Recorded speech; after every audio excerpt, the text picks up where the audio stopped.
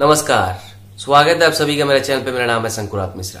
दोस्तों, CCS pension rules 1972 से अभी सीसीएस पेंशन रूल्स 2021 बन गया है, जहां पर पेंशन, फैमिली पेंशन रिलेटेड जो भी रूल्स है उसको बहुत ही अच्छी तरीके से अभी डिफाइन किया गया है, एक्सप्लेन भी किया गया है। और मैं बहुत ही दावे से ये कह सकता हूँ कि अगर आप लोग इस रूल्स को बहुत ही क्लियरली और ध्यान से गो थ्रू करें तो आप लोगों को लीगल हेल्प की जरूरत नहीं पड़ेगी, क्योंकि यहाँ पर पेंशन, फैमिली पेंशन रिलेटेड सारे जो इन्फॉर्मेशन है वहां पर स्पेसिफिकली स्टेप बाय स्टेप दिया गया है, एक्सप्लेनेशन भी दिया गया है, सारे प्रकार के फॉर्म्स भी यहाँ पर दिया गया है। करीबन 220 के ऊपर से पेज सीसीएस पेंशन रूल्स पे है। कुछ मॉडिफिकेशन भी सीसीएस पेंशन रूल्स 2021 पे लाया गया है, और जिसके आधारित अभी सेंट्रल सिविल सर्विस से जुड़े जो भी कर्मचारी है, जो ओल्ड पेंशन स्कीम के तहत आते हैं, जिनको पेंशन और अदर पेंशनरी बेनिफिट्स और फैमिली पेंशन मिलती आ रही है। दोस्तों, इन रूल्स के बारे में आप लोगों को सटीक जानकारी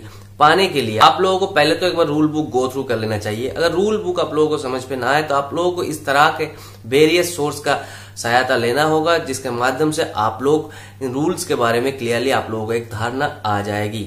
और जैसे कि आप लोग जानते हैं कि मेरे चैनल पेंशन और फैमिली पेंशन रिलेटेड जो भी इश्यूज है, पेंशन, फैमिली पेंशन रिलेटेड जो भी प्रॉब्लम का सोल्यूशन है, इसके बारे में मैं अपने वीडियो के माध्यम से आप लोगों को इन्फॉर्मेशन देते रहता हूँ। वेरियस पेंशन और फैमिली पेंशन रिलेटेड प्रॉब्लम के सोल्यूशन के बारे में भी मैं आप लोगों से डिस्कस करता रहता हूँ, और पेंशन रिलेटेड रूल्स जो भी है, CCS pension rules, other various pension rules के बारे में भी मैं आप लोगों से डिस्कस करता रहता हूँ मेरे वीडियो के माध्यम से। एंड आई होप मेरे बहुत सारे दर्शकों का, बहुत सारे सब्सक्राइबर्स का मेरे जो वीडियोस है, मेरा जो टॉपिक्स है, कंटेंट्स है, इसके माध्यम से जो problems, pension, family pension related problems का सोल्यूशन ऑलरेडी हो चुका है, और आने वाले दिन में भी मैं पूरी कोशिश में हूँ कि मैं मेरा सब्सक्राइबर का, मेरे व्यूअर्स का हर एक प्रकार pension, family pension related problem का सोल्यूशन मैं कर सकूं। इसके लिए आप लोगों का आशीर्वाद चाहिए। आप लोगों का एक छोटी सी सब्सक्रिप्शन बहुत ही महत्वपूर्ण होगा, बहुत ही आवश्यक है, क्योंकि इससे मुझे मोटिवेशन मिलेगी, मुझे मेरे टीम को मोटिवेशन मिलेगी, ताकि ये चैनल भी सस्टेन कर पाए और आने वाले दिन पे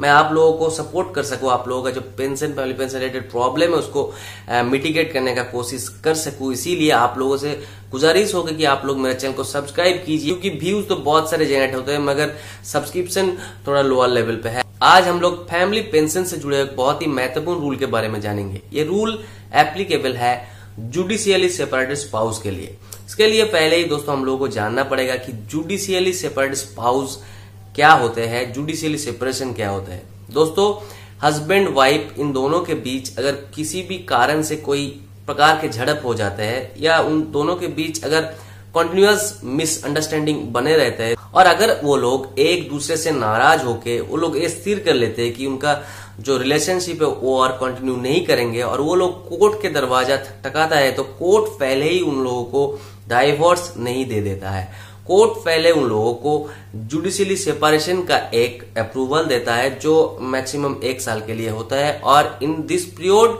वो लोग दोनों ही अलग अलग रहते हैं। तो इसी को कहा जाता है जुडिशियली सेपरेशन। और जुडिशियल सेपरेशन का जो एक्ट है वो इंडियन मैट्रिमोनियल रेमेडीज एक्ट के सेक्शन 10 के अंतर्गत आते हैं, जहां पर पहले ही कपल को, यानी कि वैवाहिक संबंध से जुड़े हुए कपल को पहले ही डाइवोर्स नहीं दी जाती है। उन लोगों को कोर्ट द्वारा एक पर्टिकुलर टाइम के लिए जुडिशियली सेपरेशन का एक ऑर्डर दिया जाता है, जिसके माध्यम से वो दोनों ही अलग अलग रहते हैं, और ड्यूरिंग दिस टाइम पीरियड उन दोनों को एक मौका भी मिलता है कि वो अपने वैवाहिक जीवन पे वापसी करें। During this time period of judicial separation दोनों ही कपल अपने मैट्रिमोनियल जो भी ऑब्लिगेशन है उनको छुटकारा मिलता है। मगर दोस्तों, यहाँ पर अगर उन दोनों का कोई संतान रहता है तो संतान के ऊपर पूरा हक उन दोनों का ही रहता है। उन दोनों का जो भी संपत्ति रहता है, एक दूसरे का संपत्ति के ऊपर भी एक दूसरे का हक रहता है। और after a certain period of time उन दोनों का रिलेशनशिप अगर रिकॉन्साइल ना हो तो उन दोनों को डाइवोर्स डिग्री कोर्ट से दिया जाता है। मगर दोस्तों, टॉपिक ये नहीं है कि जुडिशियली सेपरेटेड स्पाउस क्या है, जुडिशियल सेपरेशन क्या है। टॉपिक ये है कि जुडिशियली सेपरेटेड स्पाउस को in absence of government employee family pension कैसे दिया जाता है, फैमिली पेंशन दिया जाता है कि नहीं, और अगर फैमिली पेंशन दिया जाता भी है तो किस कंडीशंस पे दिया जाता है।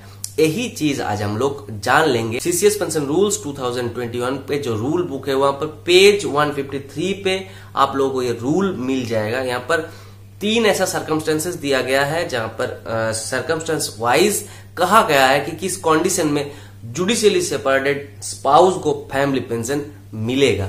यानी कि मान लीजिए हस्बैंड और वाइफ दोनों ही जुडिशियल सेपरेशन में है और यहाँ पर गवर्नमेंट एम्प्लॉई, अगर हस्बैंड गवर्नमेंट एम्प्लॉई है तो उनके अगर देहांत हो जाता है, नहीं तो वो अगर मिसिंग हो जाता है, तब वाइफ को कैसे फैमिली पेंशन मिलेगी। ठीक उसी तरह अगर वाइफ गवर्नमेंट एम्प्लॉई थे और उनके हस्बैंड के साथ उनका जुडिशियल सेपरेशन जो पीरियड है वो चल रहा है और वाइफ का कुछ हो जाता है, वो उनका देहांत हो जाता है, वो मिसिंग हो जाता है, तो हस्बैंड को कैसे यहाँ पर फैमिली पेंशन मिलेगी, यही विषय के ऊपर आज हम लोग चर्चा करेंगे।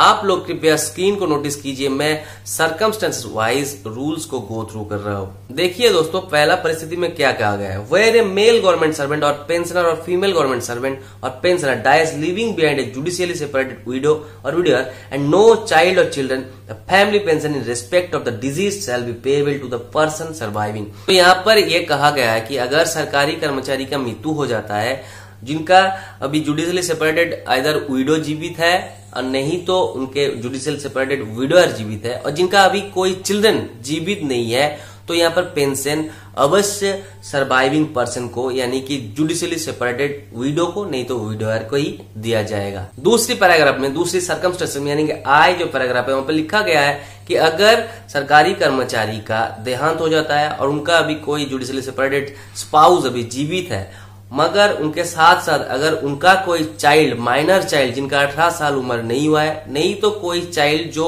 कोई मेंटली रिटार्डेड है, नहीं तो कोई टिपिकल फिजिकल डिसेबिलिटी से सफर कर रहा है, जिनका कोई गार्जियन का आवश्यकता है, तो यहाँ in this circumstances family pension judicially separated wife को अथवा हस्बैंड को मिलेगा, मगर एज ए गार्जियन मिलेगा। यानी कि जो माइनर चिल्ड्रन अथवा जो मेंटली रिटार्डेड विशेष रूप से सक्षम संतान है, इनका अगर गार्जियन जुडिशियली सेपरेटेड वाइफ अथवा हस्बैंड है, तो फैमिली पेंशन उनको दिया जाएगी as a guardian of such children. ये नहीं कि family pension judicially separated wife नहीं तो हस्बैंड के नाम पे एलोटेड होगा, एलोटेड होगा उन चाइल्ड को, उन माइनर चाइल्ड नहीं तो वो विशेष रूप से सक्षम चाइल्ड के हित में एलोटेड होगा as a guardian pension. Family pension का जो राशि होगा, विथड्रॉ, देखभाल, ये सभी जुडिशियली सेपरेटेड स्पाउस ही करेंगे।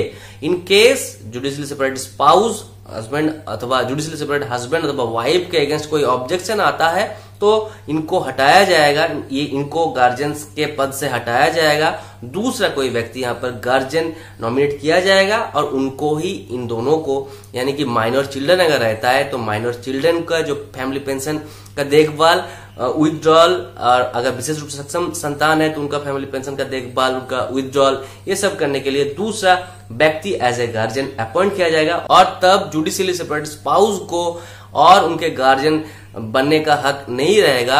अब दूसरा जो भी गार्जियन यहाँ पर अपॉइंट होंगे वही इन माइनर संतान को, नहीं तो विशेष रूप से संतान को देखभाल करेंगे, उनका पेंशन का जो रिलेटेड काम है वो भी देखभाल करेंगे। वहीं पे देखिए दोस्तों, दूसरा पैरा में लिखा गया है कि अगर वही माइनर संतान जो अपने मेजोरिटी एज में आ जाता है, यानी कि 18 साल पे, नहीं तो 18 साल क्रॉस कर जाता है और तब वो एलिजिबल रहते हैं फैमिली पेंशन के लिए, तो तब family pension judicially separated spouse को नहीं बल्कि वही चिल्ड्रन को ही मिलेगी, जब तक कि ना वो इन एलिजिबल हो जाए। और उनके इन एलिजिबिलिटी पर जुडिशियली सेपरेटेड स्पाउस, हस्बैंड भी हो सकता है, वाइफ भी हो सकता है, उनको फैमिली पेंशन दी जाएगी। कितना दिन तक? जितना दिन तक कि उनका देहांत हो जाता है, जितना दिन तक ना वो रीमैरिज कर लेता है। तीसरे सर्कमस्टेंस पे यहाँ पर लिखा गया कि अगर सरकारी कर्मचारी का मृत्यु तब हो जाता है जब उनका एक जुडिशियल सेपरेटेड स्पाउस जीवित है और साथ साथ एक संतान भी, नहीं तो एक से ज्यादा भी संतान जीवित हो सकता है,